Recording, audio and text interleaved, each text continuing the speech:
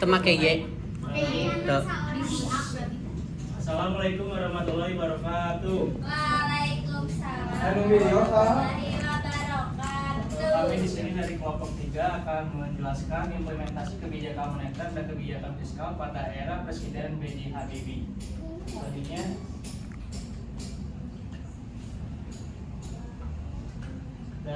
dan ini adalah anggota kelompok yang pertama Fauzan Rasmi, yang kedua Mamfildan, ketiga Yuli Rahmawati. Selanjutnya itu gambaran masa kepresidenan B.J. Habibie. Jadi pemerintah B.J. Habibie dianggap sebagai pemerintah yang kurang kuat di dalam menghadapi reformasi. Kurangnya didukung komunitas politik membuat pemerintah pada masanya mengalami berbagai politik kekerasan, disintegrasi sosial, dan rapuhnya delegitimasi kekuasaan yang ia pimpin. Terus masa pemerintahan B.J. Habibie dianggap sebagai masa transisi karena pada masa pemerintahannya adalah masa yang rawan. Tekanan-tekanan yang ia hadapi membuat ia sulit untuk menemukan sumber daya material dan manusia pada masa pemerintahannya. Adanya jaminan masyarakat yang lebih demokratis, terbuka dan adil. Selanjutnya, krisis moneter pada era Orde Baru. Jadi krisis moneter pada era Orde Baru berlanjut pada masa pemerintahan B.J. Habibie, memaksa pemerintahan yang ada untuk bertindak dalam hal ini demi keamanan dan kesejahteraan bersama. Namun muncul pertanyaan sebenarnya, krisis moneter yang ada pada era Orde Baru di bawah kepemimpinan Presiden Soeharto seperti apa? Sehingga hal ini mampu menjadi faktor yang menurunkan jabatan serta meruntuhkan kekuasaan yang terbangun selama 32 tahun dalam genggaman Presiden kedua Indonesia tersebut. Namun bagaimana kebijakan ekonomi yang dilakukan oleh B.J. Habibie dapat mengulangi krisis moneter yang dimulai di masa Orde Baru? Bagaimana kebijakan-kebijakan tersebut berjalan dan seperti apa respon masyarakat menjadi penting untuk dibahas karena merupakan bagian penting dalam kaitan sejarah.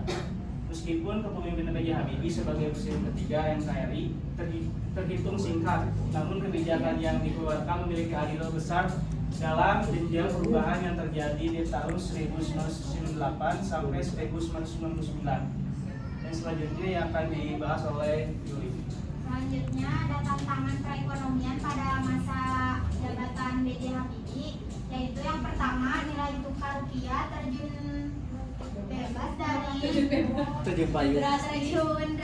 turun drastis dari 2.000 US dollar menjadi 2.000 per US dollar dan menjadi 12.000 per US dollar pada awal terjadinya krisis moneter. Nah, yang kedua, utang luar negeri yang jatuh tempo sehingga membengkak akibat depresiasi rupiah. Yang ketiga, perbankan swasta yang mengalami kesulitan likuiditas.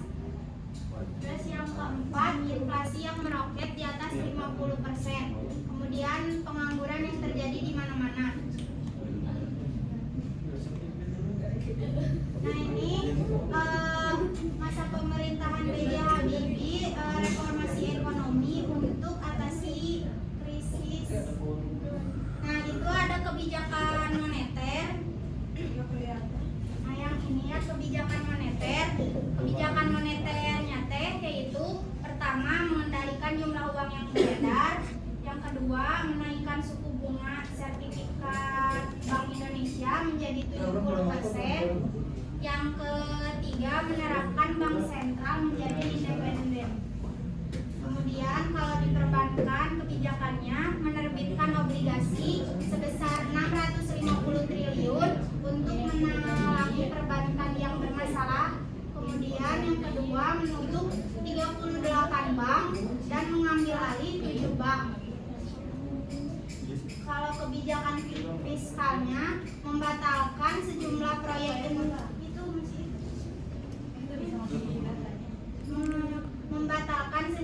sejumlah proyek infrastruktur. Yang kedua, menghentikan perlakuan khusus bagi mobil nasional. Yang ketiga, membiayai program jaring pengaman sosial. Kalau dari kebijakan korporat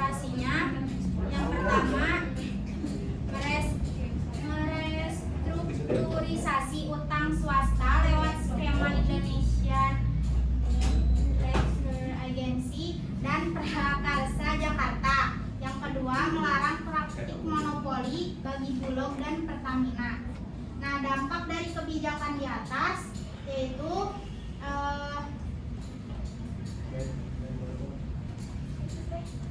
kurs dari 7.000 menjadi naik jadi dari 7.000 pada tahun 1998 menjadi naik jadi 17.000 pada tahun 1999. Nah, kemudian pertumbuhan ekonomi membaik dari negatif 13% menjadi 2%. Terus inflasi juga menurun dari tadinya 77,6 pada tahun 1998 menjadi 2% pada tahun 1999. Selanjutnya akan dijelaskan oleh Wildan. Dibaca ini dijelaskan.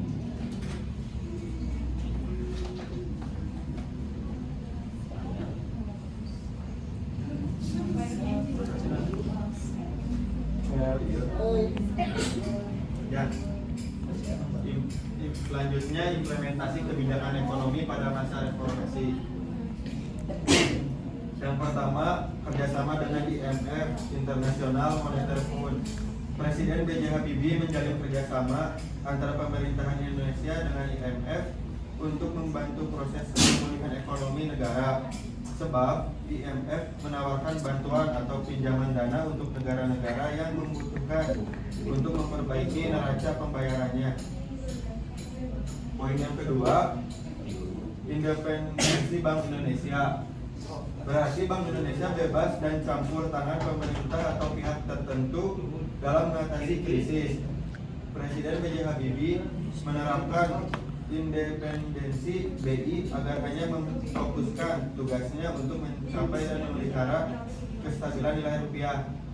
Poin ketiga, melikuidisi beberapa bank.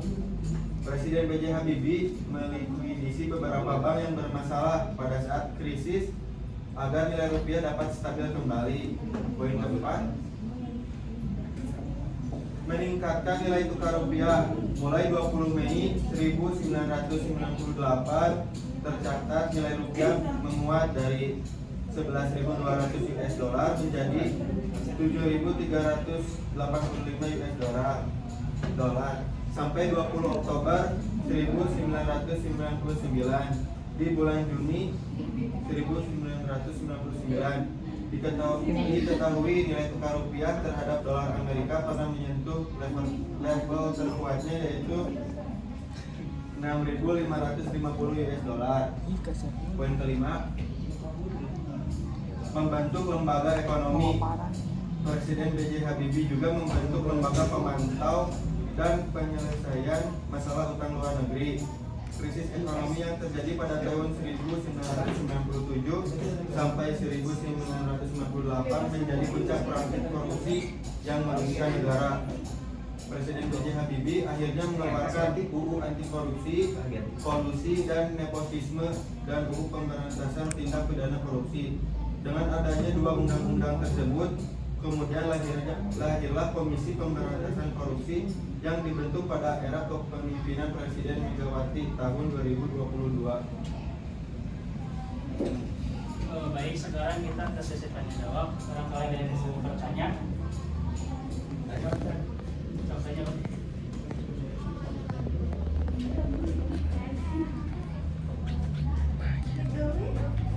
Yes, Pak.